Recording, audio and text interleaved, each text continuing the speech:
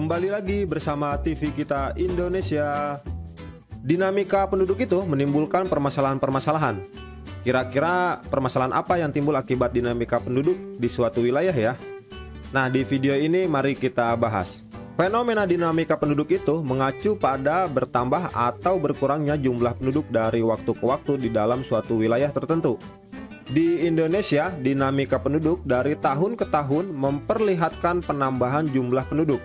Dapat dilihat dari grafik ini, hasil sensus tahun 2005 sampai 2015. Belum lagi di tahun 2019 menunjukkan angka 267 juta jiwa. Banyak sekali kan ya? Nah, pertambahan penduduk ini jika tidak terkendali akan menimbulkan suatu permasalahan untuk wilayah itu sendiri, seperti ledakan penduduk dan juga sebaran penduduk yang tidak merata. Yang pertama kita bahas yaitu ledakan penduduk. Ledakan penduduk ini adalah keadaan penduduk dengan laju pertumbuhan yang cepat.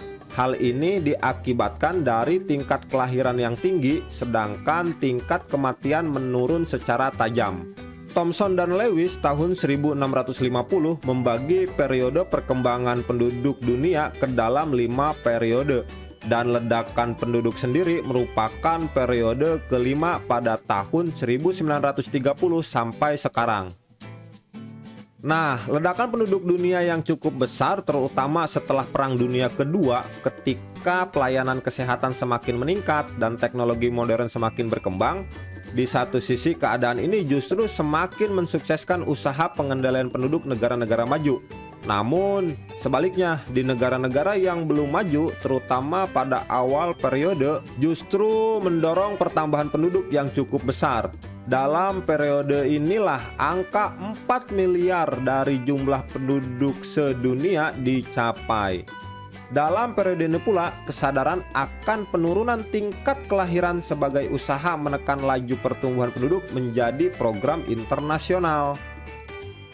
Adapun faktor-faktor penyebab terjadinya ledakan penduduk antara lain 1. Tingkat kematian yang menurun, 2. Tingkat kelahiran yang tinggi, lalu ada juga kawin usia muda, adanya rasa tanggung jawab pada keluarga, adanya sikap religi bahwa anak ialah anugerah Tuhan, lalu adanya faktor wanita masih sebagai tenaga rumah tangga.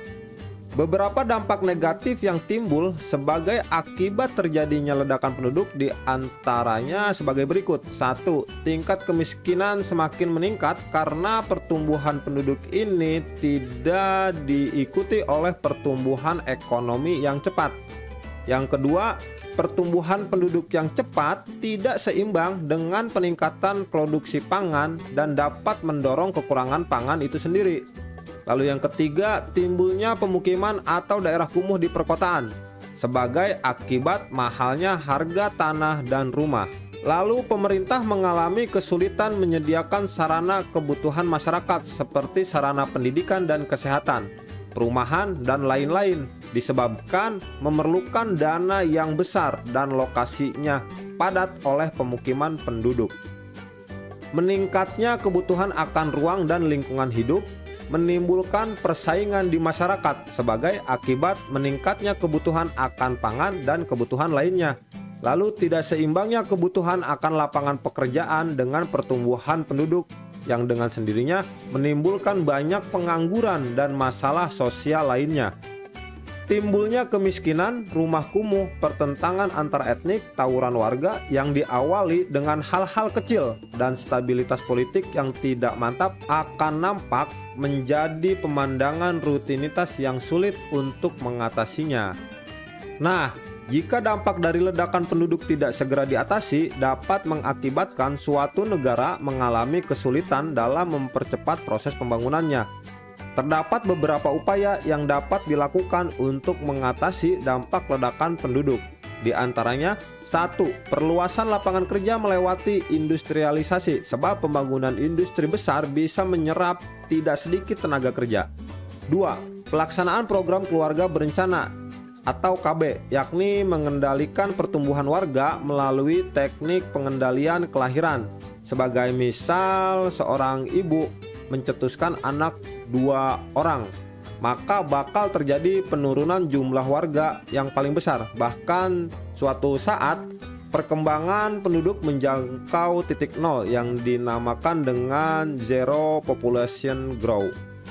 Lalu yang ketiga, pelaksanaan intensifikasi di bidang pertanian, yakni dengan usaha menambah produksi tanpa memperluas dengan teknik pengolahan yang lebih baik, pemupukan, pemakaian bibit unggul, pemusnahan hama, dan lain-lain. Intensifikasi pertanian di satu sisi bisa memperkecil ekspansi lahan dan meminimalisir penggarapan hutan secara liar. Lalu yang keempat, peningkatan kualitas sumber daya insan sehingga kemampuannya bekerja untuk membina dirinya menjadi lebih baik. Lalu 5, pengiriman tenaga kerja ke luar negeri dapat meminimalisir pengangguran serta meningkatkan jumlah devisa negara. Lalu yang keenam, pelaksanaan program transmigrasi, yaitu mengerjakan pemindahan warga dari wilayah yang padat ke wilayah yang masih jarang penduduknya sehingga meminimalisir angka wilayah kumuh dan pengangguran terbuka.